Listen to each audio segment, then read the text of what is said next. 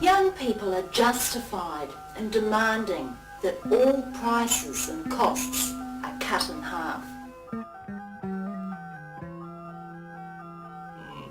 Young people are being overcharged into slavery.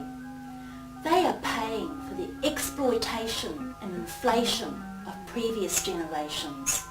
For example, who can afford to buy a house and get into the mortgage and interest rate trap?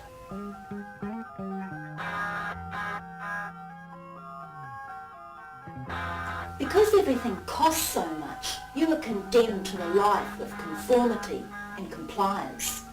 You pay for the excesses of consumerism.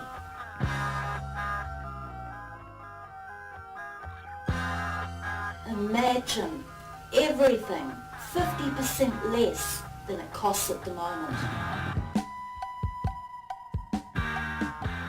If voluntary reductions are not forthcoming from businesses, we have a plan to force companies to drop their prices. Let me explain how we can reduce the price on commodities such as petrol, food, drink and medicines.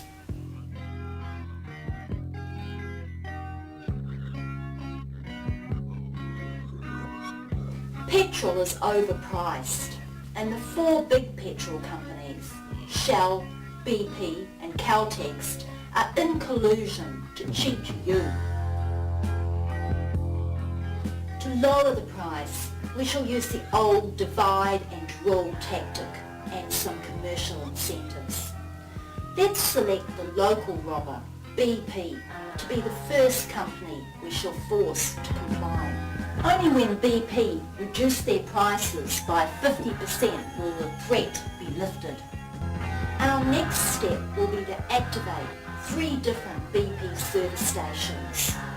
In other words, petrol supplies will be contaminated with a corrosive additive that will ruin car engines in 1 week.